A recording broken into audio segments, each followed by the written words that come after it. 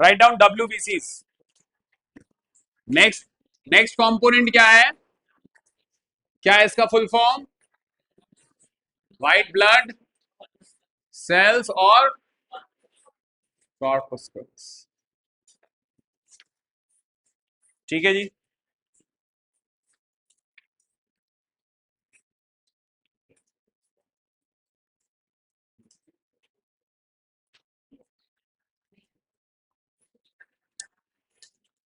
They fight against, write down, they fight infection and protect us from disease. WBCs, they fight against, they fight the infection and protect us from disease. तो जितने भी pathogens, germs, bacteria, ठीक है,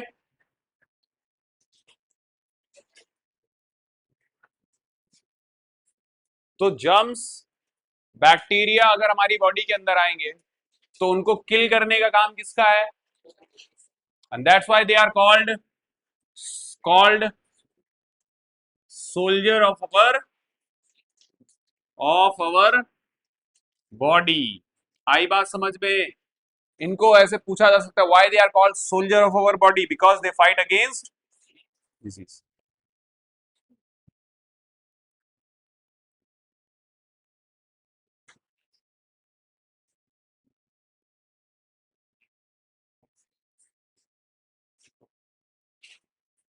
note करके लिखो. सम WBCs can eat up the germs like bacteria. Bacteria को खा ही जाएगा वो. ठीक है. And other WBCs make chemical known as anti antibodies. क्या बोलते हैं इनको? Antibodies. To fight against infection.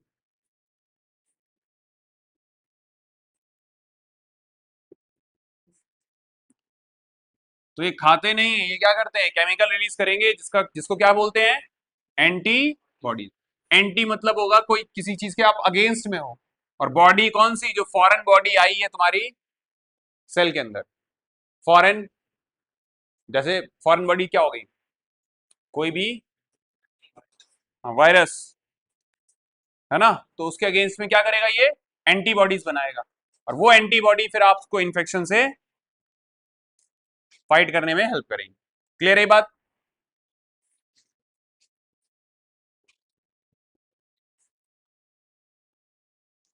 इनका शेप लिखो कैसा हो सकता है? ईदर स्फेरिकल,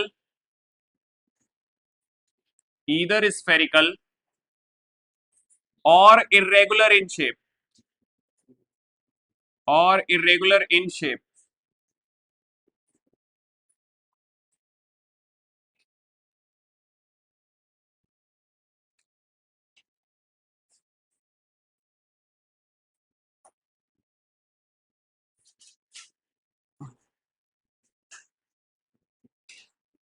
लिखो. All the WBCs have nucleus. RBCs में तो न्यूक्लियस नहीं होता है, लेकिन WBCs में न्यूक्लियस होगा. दो दो दो मीन्स हालांकि shape of nucleus is different in different WBCs. Shape of nucleus is different in different WBCs. अलग अलग WBCs में अलग अलग शेप के न्यूक्लियस होंगे, लेकिन न्यूक्लियस होगा. हाँ, इसीलिए ज्यादा है.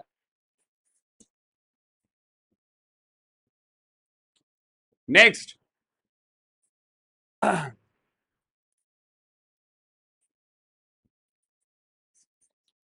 The count of WBCs is smaller than that of RBCs. मतलब समझे, WBCs का काउंट जो होगा वो RBCs के कंपैरिजन में कम होगा.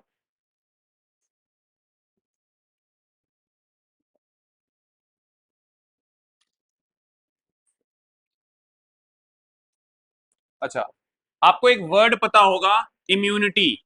पता है what is the meaning of immunity? The ability to fight against diseases. ठीक है, तो हम ये कह सकते हैं कि WBCs manufacture antibodies which are responsible for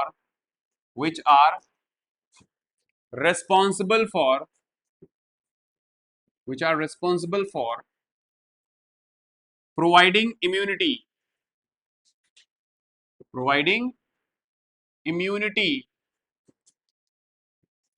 in our body. Immunity को प्रोवाइड करने का काम एंटीबॉडीज का है, and antibodies are produced by WBCs. ठीक है, now the last component of the blood, that is platelets. क्या है? प्लेटलेट्स.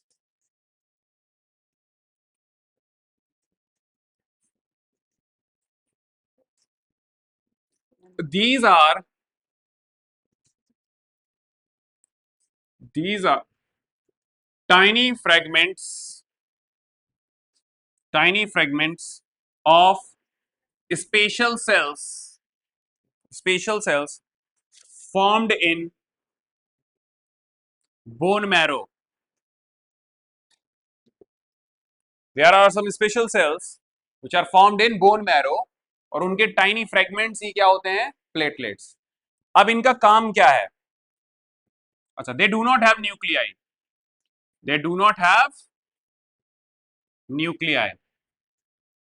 न्यूक्लियस नहीं है इनमें. और प्लेटलेट्स का काम क्या होता है? खून को जमा देना, कोएगुलेशन ऑफ ब्लड, और we can say clotting of blood. तो right down, platelets helps in the coagulation of blood, or we can say the clotting of blood in a cut or wound. जब आपको कभी कोई घाव लग जाता है, जैसे सपोज करो कभी कहीं गिर गए तो आपकी स्किन छिल गई है ना, रोड पे चोट लग गई, तो फिर क्या होता है? हल्का सा वहां पे स्किन छिलने के बाद फिर वहां पे तुम देखोगे ब्लैक ब्लैक सा कुछ दिनों बाद आ जाता है. तो वो हुआ क्यों? Because of platelets. हाँ, बिकॉज ऑफ प्लेटलेट्स. तो वो वहां पर क्या करेगा? ब्लीडिंग को रोकने के लिए वो सेल्स जो फ्रेगमेंट्स है वहां पे जमना स्टार्ट हो जाता है, जिससे अंदर का जो ब्लड है वो बाहर नहीं आएगा. बोन मैरो, बोन के अंदर एक खोखली सी जगह है, हड्डियां अंदर से कैसी होती हैं, उसी के अंदर होता है बोन मैरो, जिससे क्या बनती हैं? WBCs, platelets. तभी अंदर, अब तुम्हें प्रैक्टिकल करके तो दिखा नहीं सकते. अंदर अंदर जब वो काटी जाती तो उसके अंदर हड्डी काटो तो उसके अंदर क्या रहेगा? एक खोखली सी जगह होगी, उसके अंदर क्या भरा रहेगा? Bone marrow. और वहीं से सब कुछ चीजें चल रही है. मैट्रिक्स होता है.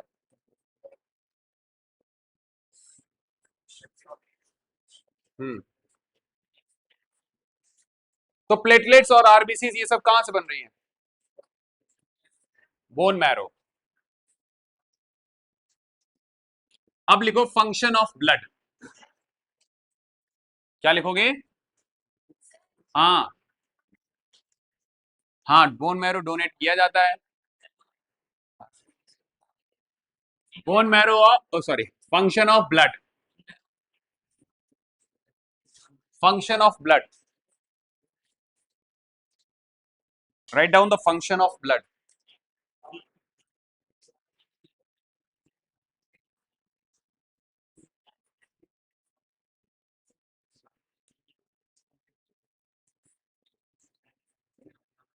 Number one, it carries oxygen from lungs to different part of the body.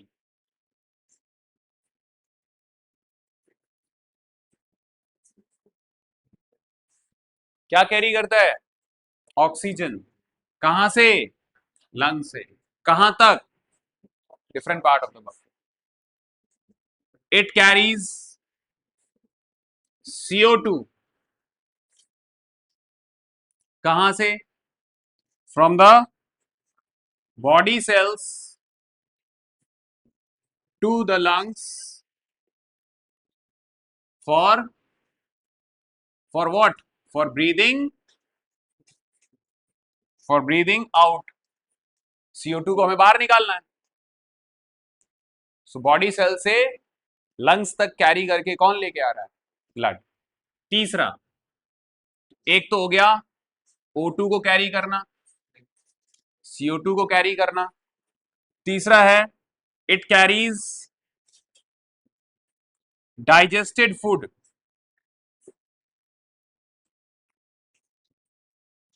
कहां से डाइजेस्टेड कैरी करे?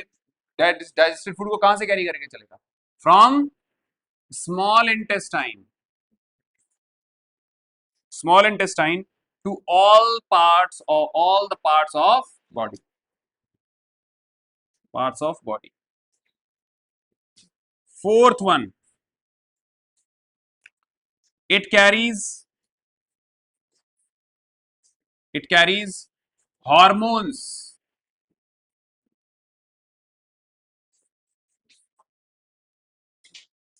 from the endocrine glands. endocrine glands endocrine glands क्या होते हैं? These are the glands which directly pour the hormone into the blood. आई बात समझ में? Clear हो गई बात ये? तो ब्लड में हार्मोन रिलीज कर देंगे और फिर वो हार्मोन जिस टारगेट पे जरूरत है वहीं पे जाके उसको, टारगेट साइट पे जाके उसकी नीड को पूरा करेंगे. क्लियर है? फ्रॉम एंडोक्राइन ग्लैंड्स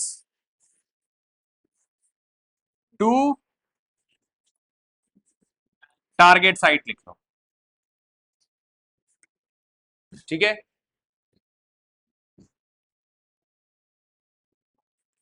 अब जैसे कि मैन में टेस्टोस्टेरोन बन रहा है तो प्रोड्यूस कहां से हुआ?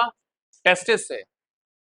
तो टारगेट क्या है कि जितने भी फेशियल हेयर हैं, मुस्टैच, बियर्ड, तो वो वहीं पे होना चाहिए. नोज पे तो निकलेंगे नहीं. तो यहां पे ऐसी मूछ निकल आई है. टारगेट साइट क्या है? ये है और बियर्ड वाली रहेगी. क्लियर है ये बात? तो एंडोक्राइन ग्लैंड्स से जो हार्मोन्स निकलते हैं उनको टारगेट साइट तक पहुंचाने वाला काम भी किसका है? Blood. Number 5, it carries a waste product. It carries a waste product, and that waste product called urea.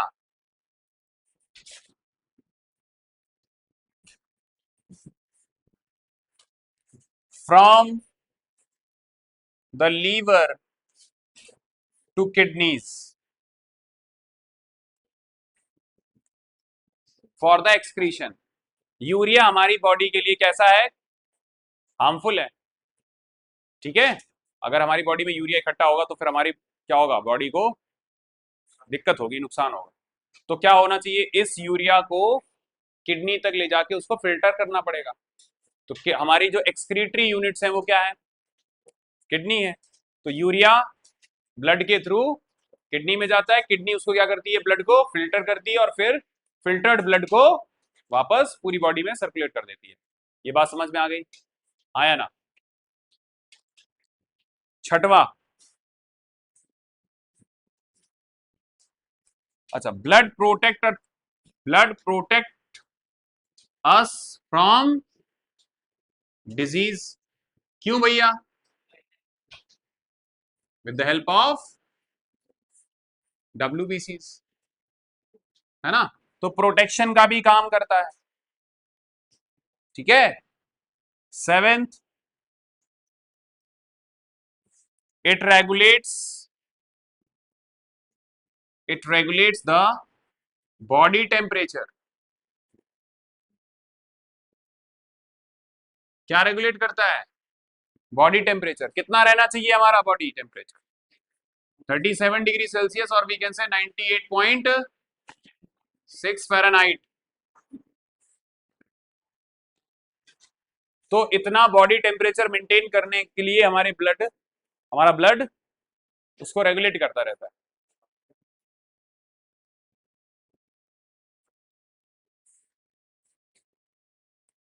तो ब्लड के बारे में जितना भी था याद, खत्म।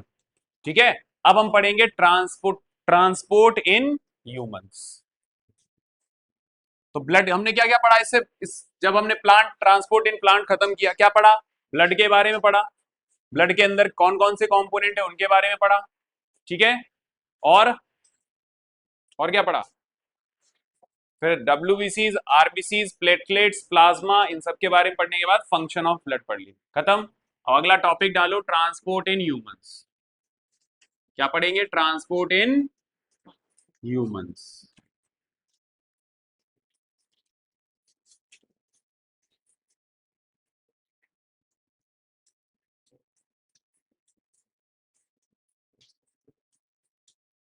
सो द मेन लिखो, the main transport system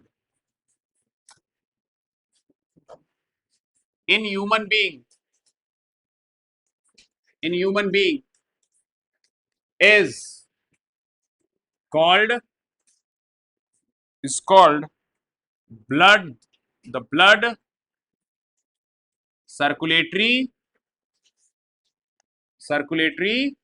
system. तो हमारे बॉडी के अंदर एक ट्रांसपोर्ट सिस्टम है, that is called blood circulatory system. Blood circulatory system.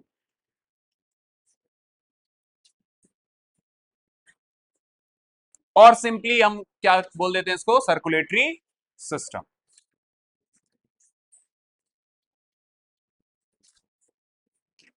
अब ये सर्कुलेटरी सिस्टम क्या क्या कैरी करता है? In human circulatory system, so the blood carries O2, CO2, urea, digested food, और बताओ हॉर्मोन्स, और बताओ एंड एंजाइम्स एटसेट्रा। इन सब चीजों का सर्कुलेशन होता है किसके थ्रू? ब्लड सर्कुलेटरी सिस्टम के।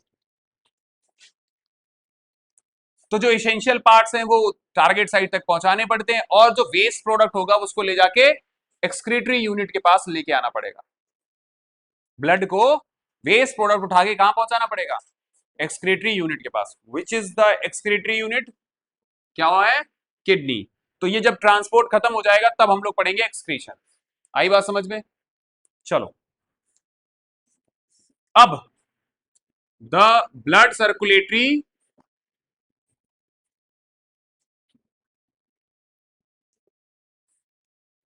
Circulatory system consist of 4 parts. क्या क्या है? सबसे पहले लिखो the heart, which is the pump of the blood circulatory system. Blood को पंपिंग करने का काम किसका है? हार्ट का। इसके बाद है ब्लड वेसल्स। क्या है? Blood vessels. तो ब्लड वेसल में सबसे पहले लिखो arteries, next is veins, and next is blood capillaries, sorry blood capillaries, and all these 3 are called blood vessels। क्या बोलते हैं इनको? Blood vessels. तो ब्लड सर्कुलेटरी सिस्टम चार चीजों से मिलकर बना है।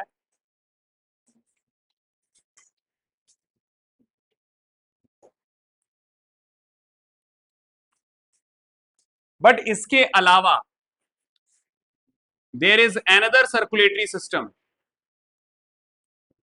apart from blood circulatory system, another blood circulatory system that is called lymphatic system. क्या बोलते हैं इसको?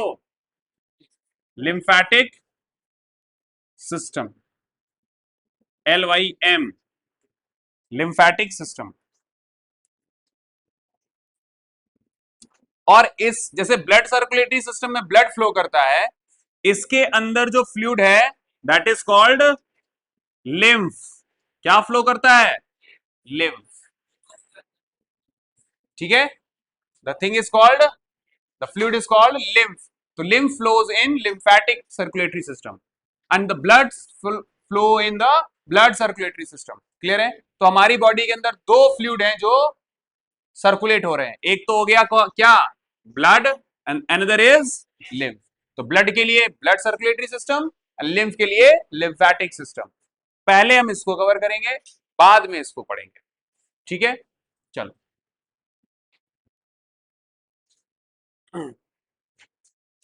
तो लिखो ह्यूमन सर्कुलेटरी सिस्टम,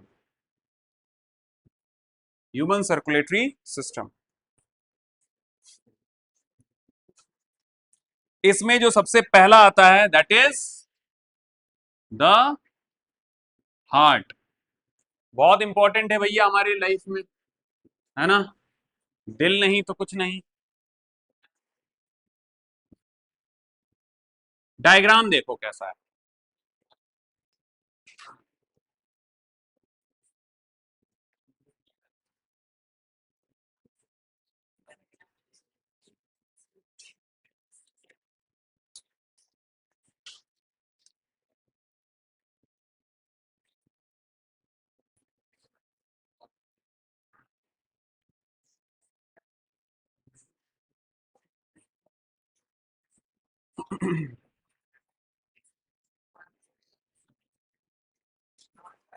हाँ हाँ,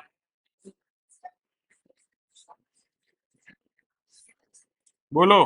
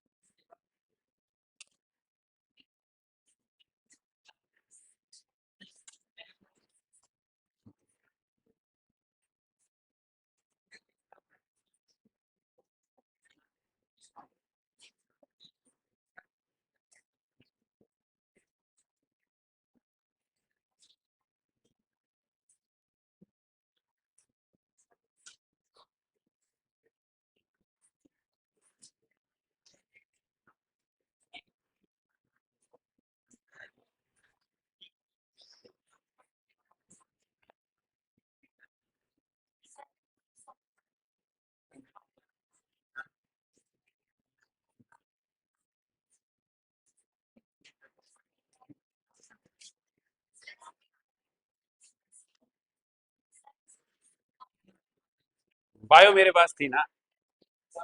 सुनो, ये हो गया हार्ट का डायग्राम। अब इसमें देखो चार चेम्बर नजर आ रहे होंगे, एक ये है, एक ये है, दो, तीन, चार। आगे बात समझ में? क्लियर है? तो our heart is four chambered. कितना है? Four chambered. चेम्बर मतलब समझते हो? रूम कह सकते हो, पार्ट कह सकते हो, दो कमरे, दो चेम्बर, पोर्शन। क्लियर हो गई बात ये? अब ध्यान से सुनो। So we have this thing LA। अच्छा, अरे रुक जा भाई। Left atrium, LA means left atrium. ठीक है? अच्छा, atrium is singular. Atria means atria, um की जगह अगर ए आ जाता है, एट्रिया, समझ गए? इसका प्लूरल क्या होगा? बोलो, एट्रिया। ठीक है, एट्रियम का प्लूरल क्या होता है? एट्रिया। ये हो गया लेफ्ट एट्रियम, ये हो जाएगा लेफ्ट वेंट्रिकल। क्या हो जाएगा? Left ventricle.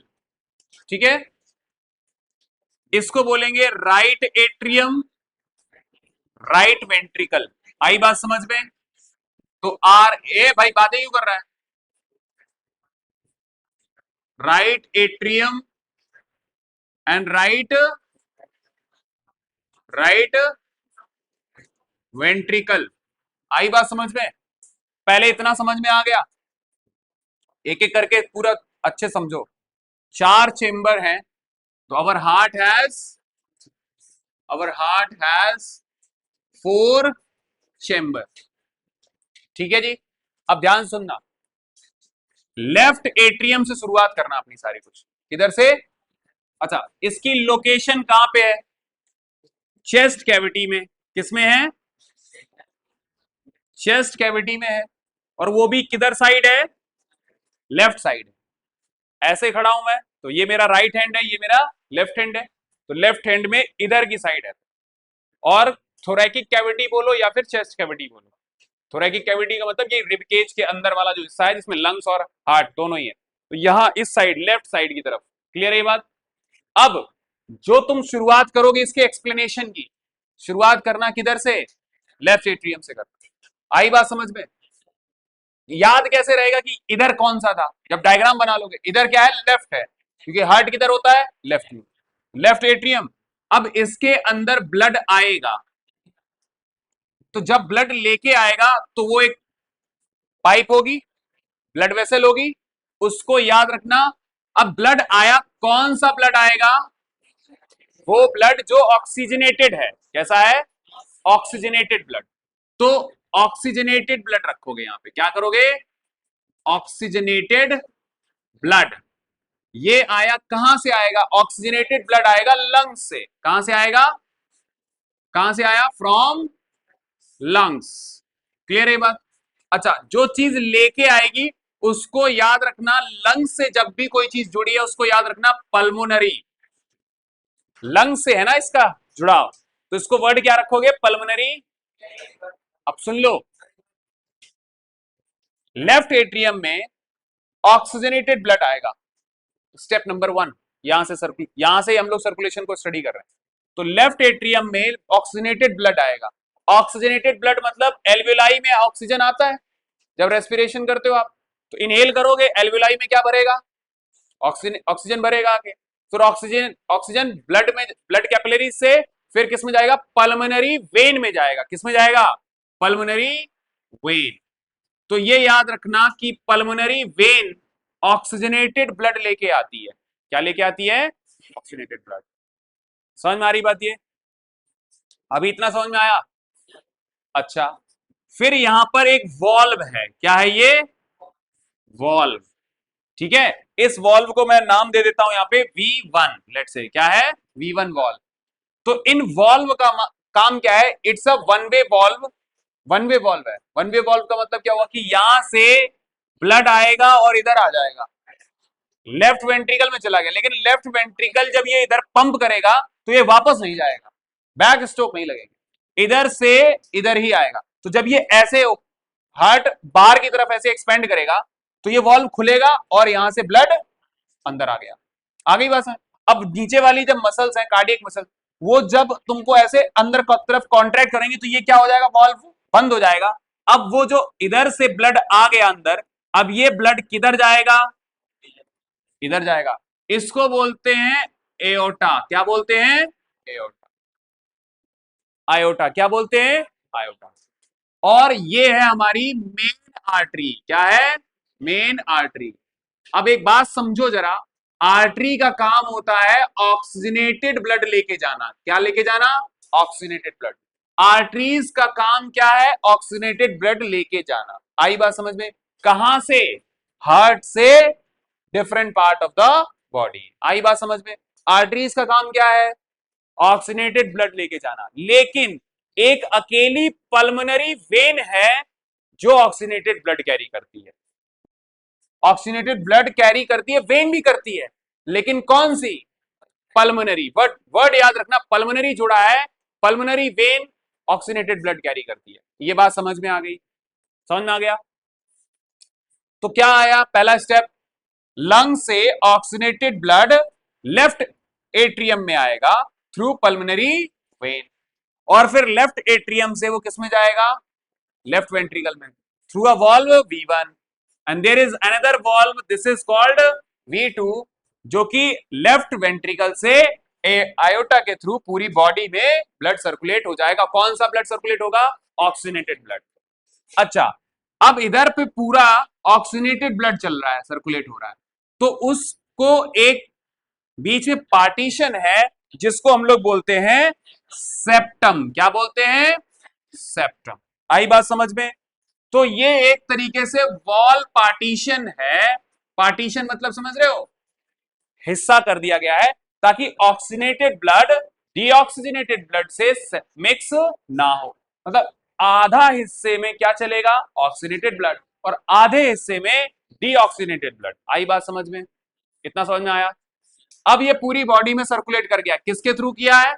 मेन आर्टरी क्या है? एओर्टा, काफी बड़ी होती है, और फिर इससे डिफरेंट डिफरेंट ऐसे ब्रांचेस बनते हुए पूरी बॉडी में ऑक्सीनेटेड ब्लड फैल गया। सेल्स ने यूटिलाइज किया। क्लियर हो गई बात ये? अब सेल्स क्या रिलीज करेंगी? CO2। अब CO2 फिर से ब्लड कैपिलरीज से इकट्ठा होके अब आएंगी किसमें? अब ये देखो, इसको बोलते हैं vena cava. Vena cava upper and lower दो होती है, एक अपर बॉडी से आती है, एक लोअर बॉडी से आती है। अभी के लिए इतना समझ लो कि वेना केवा एक मेन, क्या इसको बोलेंगे? Main vein. ठीक है, दो होती हैं, एक अपर बॉडी से आती है और एक लोअर बॉडी से आती है, दो होती हैं, ऐसे एक और होगी यहां पे। ठीक है, तो वेना केवा का मतलब क्या है? ये CO2 वाला ब्लड, मतलब डीऑक्सीजनेटेड ब्लड को कहां पे पोर करेंगी? आके राइट एट्रियम में। आई बात समझ में? तो राइट एट्रियम में, अच्छा, इसको V1 और इसको V2, ये हो जाएगा, लेट्स से ये हो गया V3 and this is V4। ठीक है, तो राइट एट्रियम में कौन सा ब्लड आया? डीऑक्सीनेटेड ब्लड आया। किसके थ्रू आया? Main vein, and that is called vena cava. एक अपर बॉडी से भी आती है, एक लोअर बॉडी से, और वो सारा डीऑक्सीनेटेड ब्लड कहां पोर कर दिया? Right atrium. अब राइट एट्रियम से डीऑक्सीनेटेड ब्लड किस में आएगा? राइट वेंट्रिकल में आएगा। आई बात समझ में? राइट वेंट्रिकल से, और किस किस वॉल्व के थ्रू आएगा? V2 वॉल्व, इस वॉल्व के थ्रू इसमें आ जाएगा। तो जब ये क्या करेगा? एक्सपैंड करेगा, तो इससे यहां पे ऑक्सीनेटेड ब्लड आता है, इससे यहां पे डीऑक्सीनेटेड ब्लड आता है, और जब ये पंप इनवर्ड की तरफ, अंदर की तरफ ऐसे कॉन्ट्रैक्ट करेगा, तो ये वॉल्व दोनों बंद हो जाएंगे, और फिर V3 एंड V4 वॉल्व के थ्रू बाहर की तरफ, हार्ट से बाहर जा रहा होगा। तो V3 से क्या जाएगा? ऑक्सीनेटेड ब्लड, और जब ये पंप इधर साइड वाला होगा तो क्या होगा? यहां से CO2 वाला ब्लड किस में जाएगा? ध्यान से सुनो, इसको बोलते हैं पल्मोनरी, पल्मोनरी आर्टरी। क्या बोलते हैं? आर्टरी। तो एक अकेली आर्टरी जो डीऑक्सीनेटेड ब्लड लेके चलती है, दैट इज पल्मोनरी। वर्ड ऐसे याद रखना, अगर पल्मोनरी वर्ड जुड़ गया है तो काम उल्टा होगा। आई बात समझ में? वेन का काम वैसे तो क्या होता है? CO2 लेके आना, लेकिन पल्मोनरी वेन का काम है O2 लेके चलना। आई बात समझ में? कहां से लेके आएगी? लंग से लेके आएगी, कहां पे? हार्ट में। आई बात समझ में? आर्टरी का काम होता है ऑक्सीनेटेड ब्लड लेके जाना, लेकिन एक अकेली आर्टरी ऐसी है जो डीऑक्सीनेटेड ब्लड लेके जाती है। कहां पे लेके जाती है? हार्ट से लंग्स की तरफ। तो यहां से CO2 डीऑक्सीनेटेड ब्लड लेके जाएगी, कहां पे? कहां पे लेके जाएगी?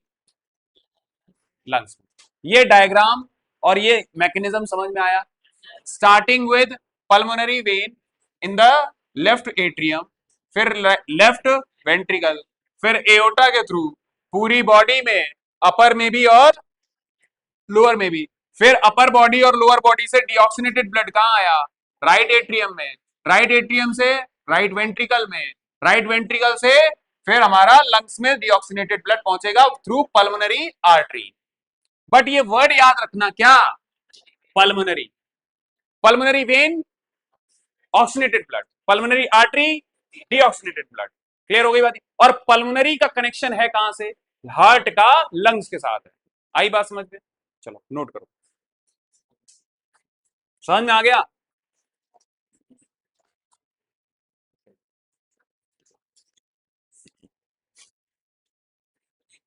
क्या ये बनेगा कैसे? जैसे मैंने बनाया, जैसे मैंने बनाया वैसे बनेगा, बना सकते हो। अच्छा एक चीज और रह गई अभी, तो दो साइड होती हैं और दोनों के बीच में ये वॉल है, पार्टीशन है, लेकिन एक थिन मेम्ब्रेन होती है जो प्रोटेक्टिव लेयर है, जिसको हम लोग बोलते हैं पेरिकार्डियम। क्या बोलते हैं? Pericardium. This is protective layer, this is protective layer, ठीक है, जो कि हार्ट को प्रोटेक्ट कर रही है। तो ये बाहर जो एक लेयर सी है ना, इसको बोलते हैं पेरिकार्डियम। हाँ, ये नहीं बीच वाली नहीं, ये बाहर दिख रही है, एक लेयर है ये, this is what we called pericardium. Periphery में जो है, पेरी पेरी वर्ड कहां से आया है? पेरीफेरी। पेरीफेरी मतलब आउटर बाउंड्री। तो आउटर बाउंड्री में एक प्रोटेक्टिव लेयर है जिसको हम क्या बोलते हैं? पेरिकार्डियम। सेप्टम क्या है? ऑक्सीनेटेड ब्लड डीऑक्सीनेटेड ब्लड को बीच में एक वॉल है जो कि डीऑक्सीनेटेड ब्लड और ऑक्सीनेटेड ब्लड को मिक्स नहीं होने देगी। और अच्छा, मिक्स क्यों नहीं होने देना चाहिए? क्योंकि जब ऑक्सीजन की रिक्वायरमेंट होती है एनर्जी जनरेशन के लिए, तो अगर मिक्स हो गया डीऑक्सीनेटेड ब्लड के साथ तो ऑक्सीजन की सप्लाई प्रॉपरली नहीं हो पा रही होगी, तो एनर्जी जनरेशन इजीली नहीं हो पाएगा। आई बात समझ? तो चीजों को सेपरेट करके रखा जाता है, ऑक्सीनेटेड ब्लड को डीऑक्सीनेटेड ब्लड। नहीं, अभी बस सर्कुलेटरी सिस्टम अलग, डबल अलग सर्कुलेटरी सिस्टम, वो अलग चीज है। तो ये भी नोट कर लो।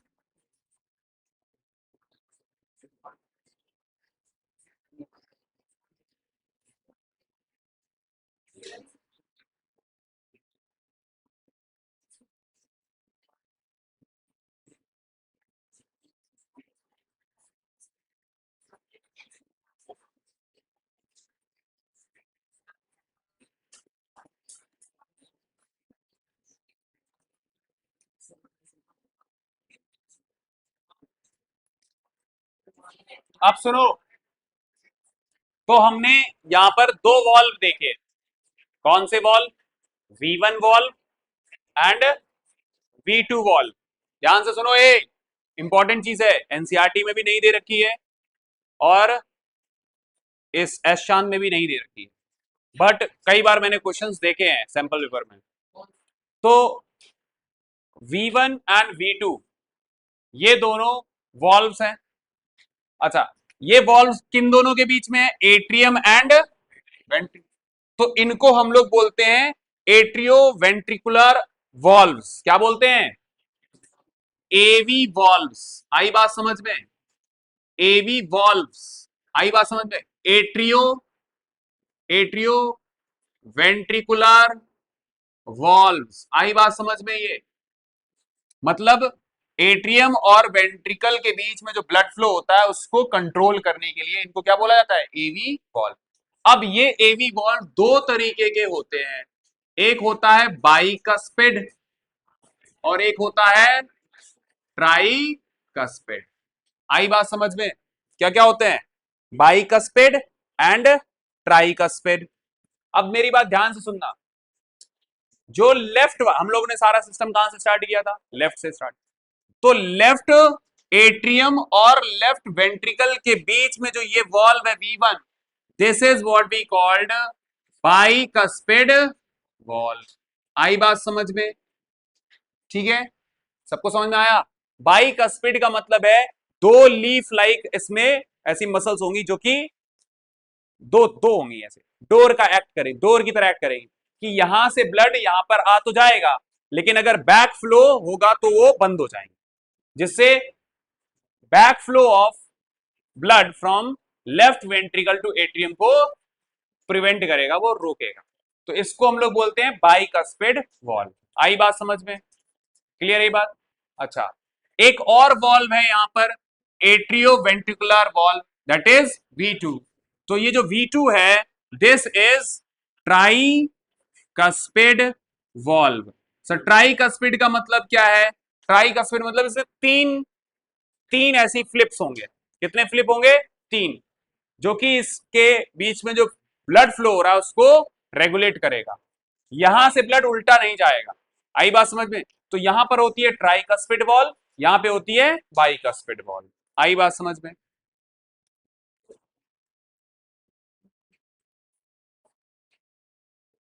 अब आपको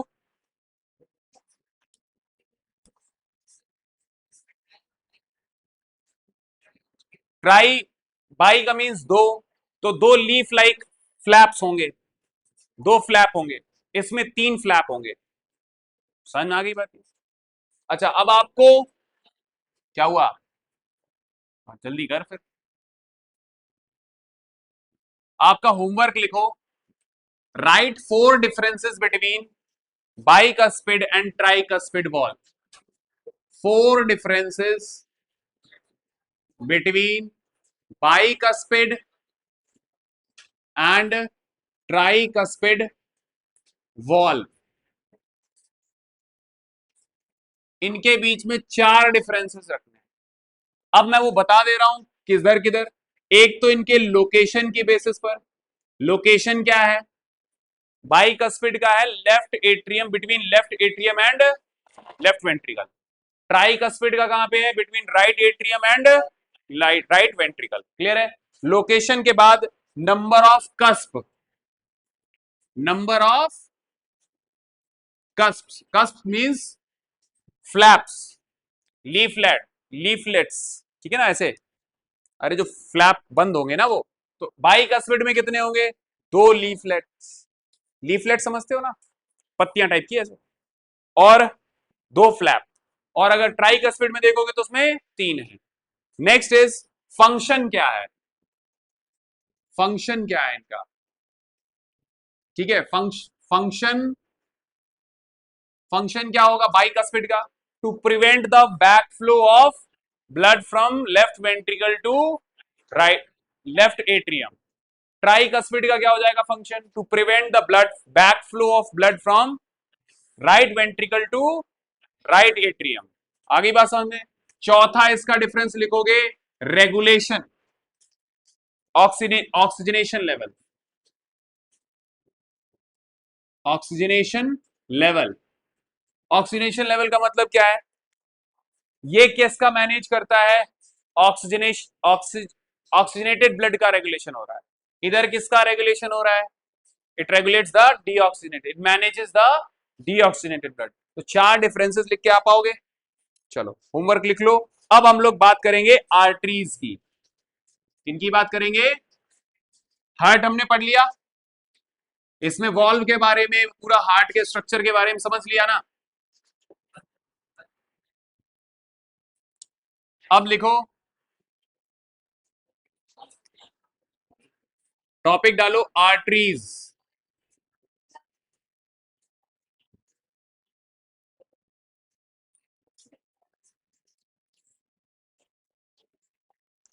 तो ये आर्टरीज क्या है? ब्लड वेसल्स हैं। क्या है? Blood vessels. क्या कैरी करती है? Carry oxygenated blood, oxygenated blood, accept pulmonary, pulmonary artery which carry, which carries CO2, मतलब डीऑक्सीजनेटेड, डीऑक्सीजनेटेड ब्लड। आई बात समझ में? तो arteries are the blood vessels which carry the oxygenated blood except pulmonary artery which carry the deoxygenated blood.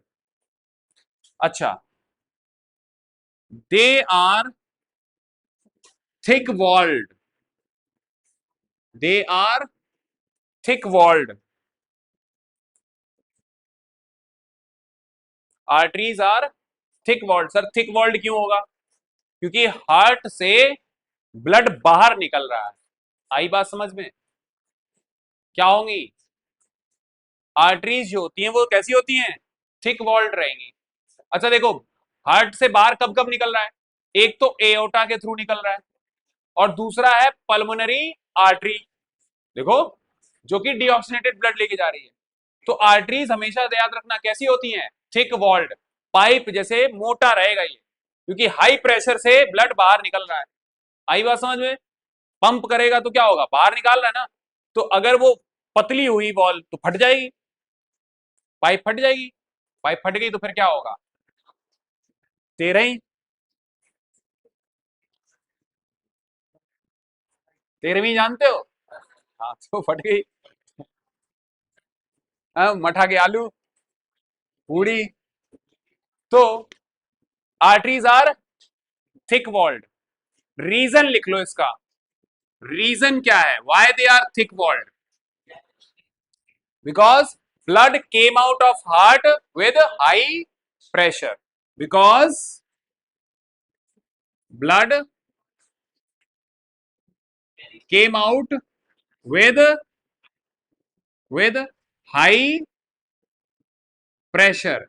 To hold this pressure the arteries must be thick walled।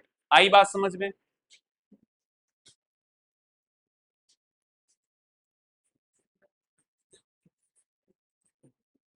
क्या?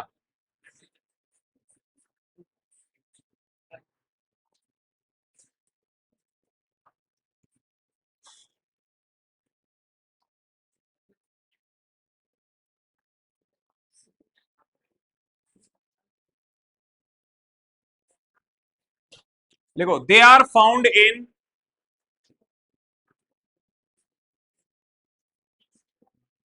whole body,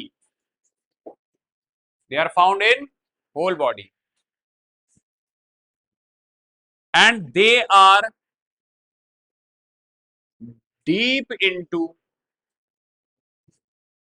deep into the muscles। अच्छा, ये they are deeper. अब देखो, हमारे हाथों में जो नसें दिख रही हैं आपको, ऐसे वेन्स दिख रही हैं, तो जो जो जो आर्टरीज होती हैं वो हमारे बॉडी में काफी डीप में होती हैं। आई बात समझ में? क्योंकि आर्टरीज में प्रेशर कैसा रहता है? ज्यादा रहता है। आई बात समझ में? तो इनको कैसा रखा गया है? डीप में रखा गया है। इनकी बनावट ऐसी है कि इनको डीपर, जैसे ये हाथ है, तो अगर ऊपर साइड आपकी वेन्स है तो अंदर की साइड क्या होंगी? आर्टरी। आई बात समझ में? ताकि अगर कभी इंजरी होती है तो आपकी वेन कटेगी, आर्टरी नहीं कटेगी। अगर मान लो आर्टरी कट गई तो क्या होगा? हाई प्रेशर रहता है इसमें, ब्लड जल्दी जल्दी बाहर निकलेगा, और हाई ब्लड लॉस से, मोर ब्लड लॉस से डेथ के चांसेस ज्यादा होते हैं। आई बात समझ में? तो आर्टरीज कैसी रहती हैं? Deep into the muscles. Clear हो गई बात ये? अच्छा, कुछ लोग क्या करते हैं, हाँ, धमकी दे रहे हैं, हम ना काट लेंगे, ये कर लेंगे, वो कर लेंगे, तो उनसे बोलो कि कचता के काटो अंदर तक, ऊपर ऊपर नहीं, अंदर तक, ताकि अच्छे से ब्लड लॉस हो। हाँ, अरे ऊपर से करे तो वेन कटेगी और फिर वो तो तुरंत ट्रीटमेंट हो जाएगा, है ना? लेकिन अगर अंदर ढंग से काटा तो क्या होगा? हाई ब्लड लॉस होगा। ठीक है, पहली बात तो ये चीज तुम्हें करनी नहीं है। अच्छा, मेरे स्टूडेंट्स अगर हैं तो दुनिया में चाहे कुछ भी हो जाए, लास्ट एक ही इंसान बचा, तुम ही बचे हो, मरना नहीं है भाई। ठीक है, लास्ट तक दुनिया देखनी है कि सब कुछ हो जाए। अब मान लो कोई एकदम बहुत बड़ा डिजास्टर होने वाला हो, तो लास्ट तक हम जिंदा रहें, ताकि देख तो पाए।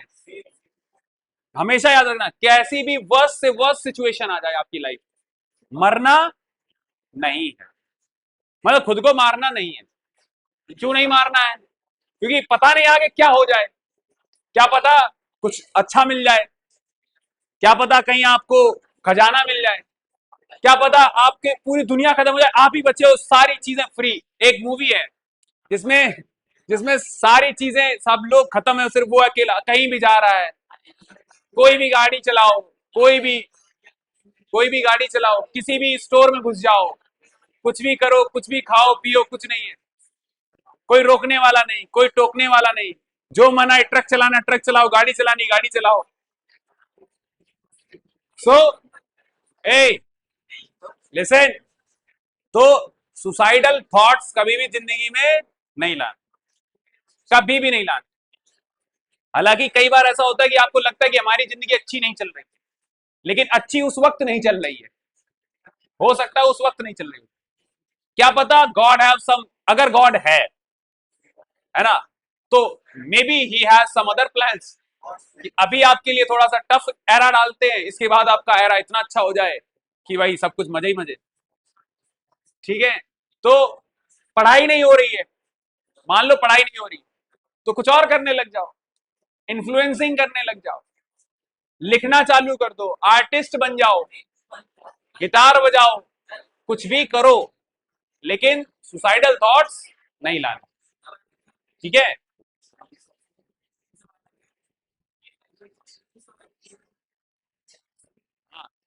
अगर तुमको लगता है कि पढ़ाई लिखाई नहीं हो रही है, तो देयर आर अदर ऑप्शंस। खाओ पियो, डिलीवरी करो। अरे बहुत सारे ऐसे लोग हैं, उनको ये पता है कि अगर आपके पास बहुत ज्यादा अमीर हो तो भी आपके पास लिमिटेड टाइम है, और अगर आप गरीब हो तो भी आपके पास लिमिटेड ही टाइम है। मतलब अगर जितनी मौत होनी, लेट से आपके पास 60 साल, 60 साल 50 दिन, इतना ही जिंदा रहना था आपको, तो चाहे आप अमीर होते चाहे आप गरीब होते, जियोगे तो उतने ही। तो उनने ये सोच रखा है कि वाई वी शुड, मतलब सेव, मैं आज कमा रहा हूं, थोड़ा बहुत बचा लिया तो बचा लिया, नहीं तो अपनी बॉडी के ऊपर लगाऊंगा, क्योंकि जितना जीना है उतना तो जीना ही पड़ेगा। तो वो अपनी बॉडी पे लगाते रहते हैं। ठीक है, कमाते हैं, खाते अपनी बॉडी पे लगाते हैं, थोड़ा बहुत बचा लेते हैं, अगर इफ इन केस बीमार पड़ेंगे तो ठीक हो जाएंगे। हाँ, नहीं मेरा फॉर्मूला नहीं है ये, मेरा फॉर्मूला एक ही है कि मरने से पहले दुनिया देख लो। तो अगर अगर तुमने टारगेट ऐसा सोच रखा है कि मरने से पहले मुझे पूरी दुनिया देखनी है, पूरी दुनिया देखनी मतलब जितने भी देश हैं, हर देश में जा जाके थोड़ा देर, एक दो दिन 3 4 दिन बिता के देखो कि वहां का क्या कैसा था। जैसे आप अपनी बुक्स में पढ़ रहे हो, क्या पढ़ रहे हो, फ्रांस में क्या हुआ, जापान में क्या हुआ, तो अगर आप देख भी पाओ उस जगह को तो अच्छी बात है ना।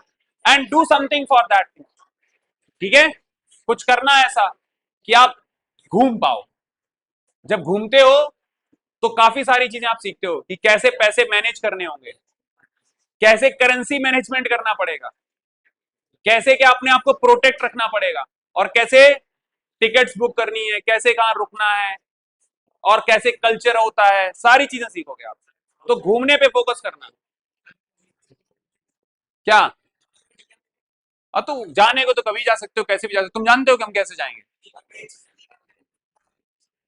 किसी को पता है ये आगे क्या होगा? नहीं होगा। लेकिन सुसाइडल थॉट्स मत लेके आना भाई। ये आ गया। इसके अलावा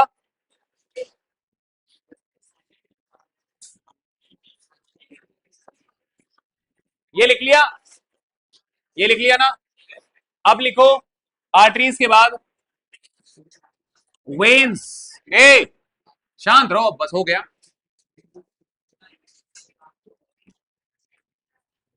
लिखो veins, these are also blood vessels which carry deoxygenated blood। कहां से कहां पे? From body to heart. अरे भाई, to heart, from body to heart, except one pulmonary vein which carries oxygenated blood from lungs to heart। आई बात समझ में? एक ही वेन है जो ऑक्सीनेटेड ब्लड लेके आ रही है। ऑक्सीनेटेड वेन्स कहां से आएंगी? लंग से। एक ही टाइप की वेन। हाँ, अच्छा इतना समझ में आया, ठीक है। दे आर, अच्छा इसका टॉपिक अलग अलग से लिखना है ना। They are thin walled. कैसी है? Thin walled.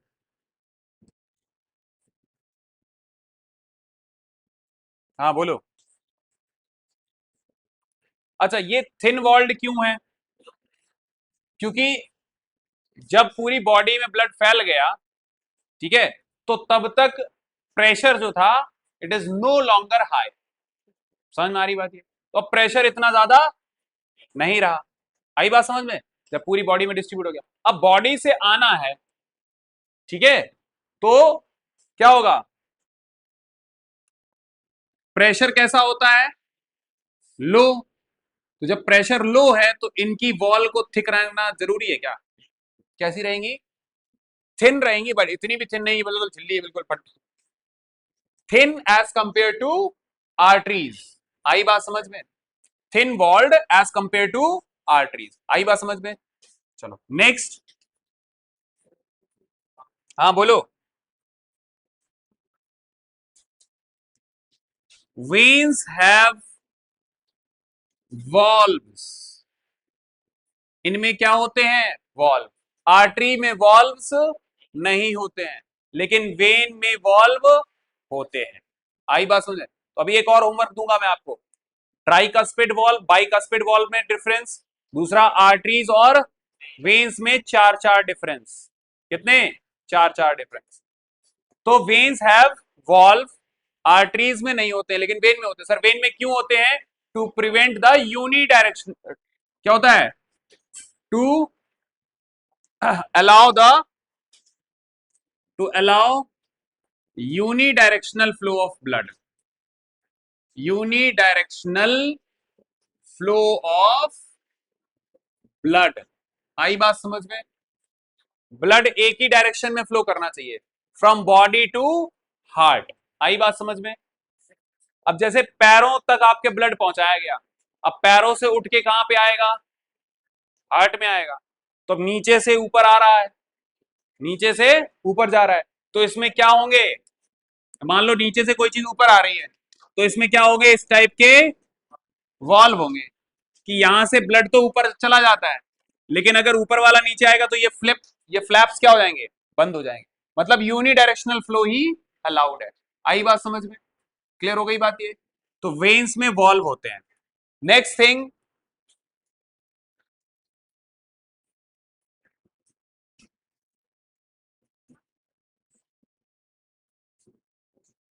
नेक्स्ट लिखो, दे आर सुपरफिशियल। हाँ बोलो, दे आर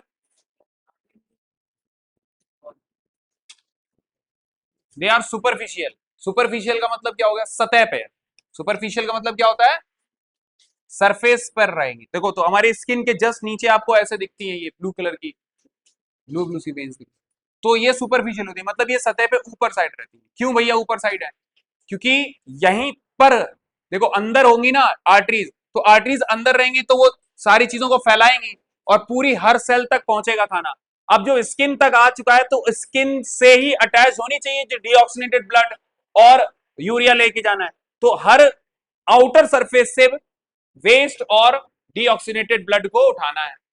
आई बात समझ में? तो ये कैसी रहती हैं? सुपरफिशियल। तो ऊपर जो आपको चीजें दिख रही हैं ये क्या है?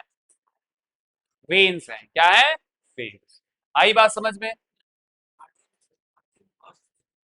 आर्टरीज में नहीं होंगे। क्यों? हाई प्रेशर से जा रहा है तो उसमें उसमें जरूरत नहीं है ना, उसमें तो पहुंचाने का काम है। जब वापस ला रहे हो तो उसमें वॉल्व चाहिए होंगे नीचे से, अपने आप ही चला जाएगा ना। हार्ट इतना पंप कर रहा है कि वो उतना जगह पहुंचा ही देगा, लेकिन अब उधर पे प्रेशर लो हो चुका है तो हाँ, तो नीचे का फ्लो नहीं। अबे तेरे पैर से ऊपर आ रहा है ब्लड तो नीचे रह जाएगा, वो तो नीचे ही रह जाएगा अगर वॉल्व नहीं होंगे। प्रेशर लो है तो नीचे ही रह जाएगा।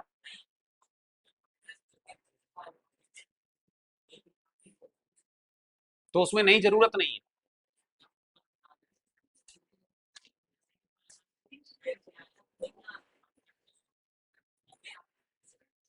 हाँ,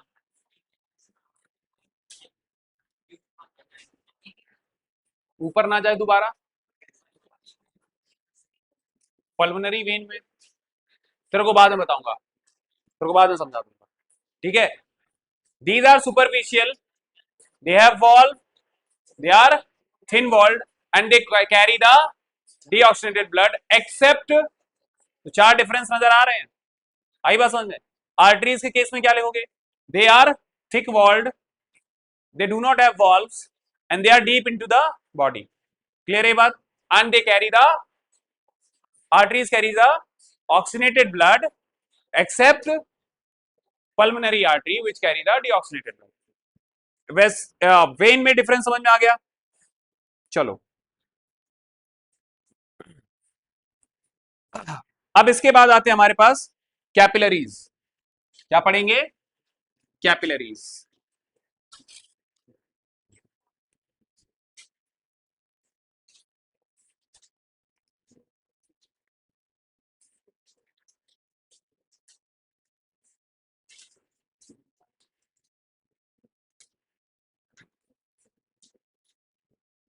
capillaries, these are thin walled. कैसी होंगी? Thin walled and extremely narrow. Extremely narrow, extremely narrow मतलब अब देखो आंख में आपने देखा होगा हल्की हल्की सी रेड रेड कलर की ऐसे जा रही है, वो क्या है? Blood capillaries. क्या है? Blood capillary. इतनी पतली होती हैं और बहुत ही थिन वॉल्ड होंगी। आई बात समझ में? और इनका काम क्या है? They connect, they connect arteries to veins. मतलब ये एक जंक्शन का काम कर रही है। किसका काम कर रही है? जंक्शन। जैसे मान लो कि मेरा एक ये हाथ है, ये ब्लड कैपिलरीज है, नैरो ट्यूब्स, ये आपस में ऐसे कनेक्टेड है और यहां पे क्या कनेक्टेड है? वेन। तो ये आई आर्टरी, ये क्या है? ब्लड कैपिलरीज, और ये क्या है? वेन। आ गई बात समझ में?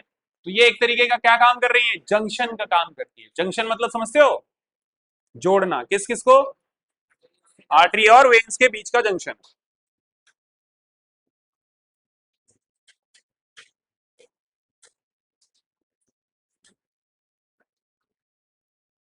अच्छा, note that, note that every cell of our body is close to capillary.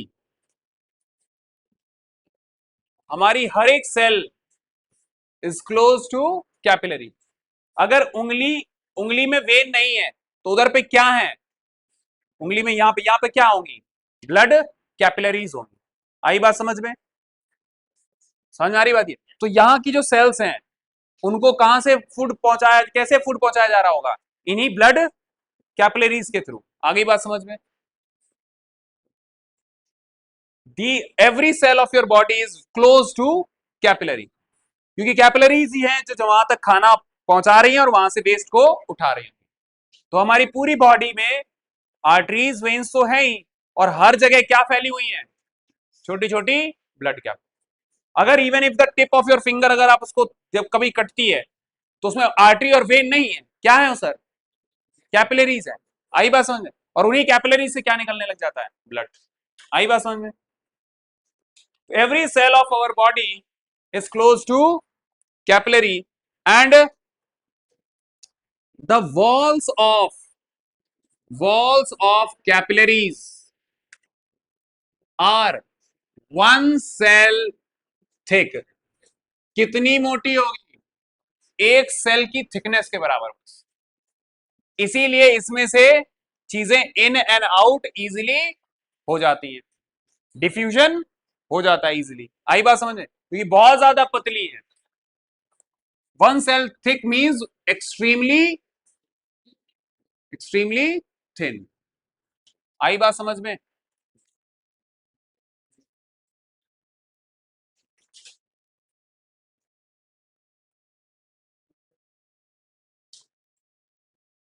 तो इनका काम क्या है,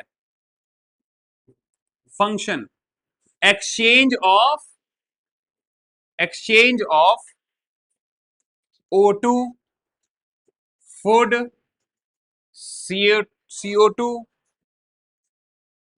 and various materials between blood and body cells, blood and body cell।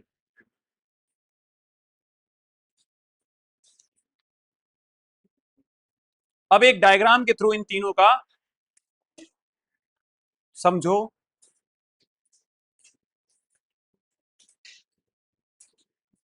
Diagram देखो,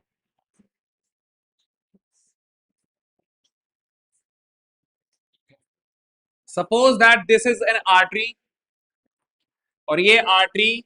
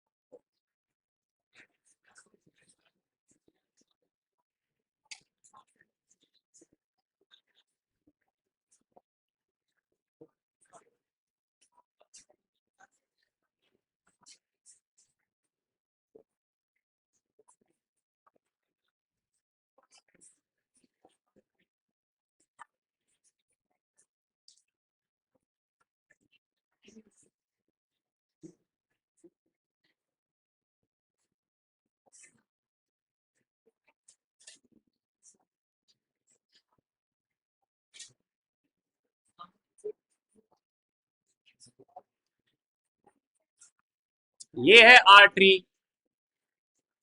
ये क्या कौन सा ब्लड लेके आएगी, ऑक्सीडेटेड ब्लड। सपोज करो ये क्या है, एक बॉडी सेल, क्या है, body cell.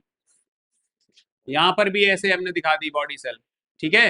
And this is what we called vein. ये बात समझ में आ गई।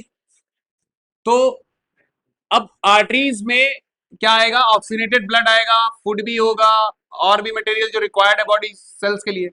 यहां से ब्लड ऐसे अंदर आ रहा है, तो इधर ये इनकी थिकनेस कितनी है, 1 सेल की थिकनेस के बराबर। तो इजीली इसमें से फूड बाहर आ जाएगा। तो ये फूड और एंड O2 इसमें से निकल के किस में जाएगा? इस प्रोसेस को क्या बोलते हैं? एसिमिलेशन। क्या बोलते हैं? एसिमिलेशन। आई बात समझ में? किस प्रोसेस के थ्रू हो रहा होगा ये? डिफ्यूजन के थ्रू। और फिर इधर से क्या आएगी? CO2।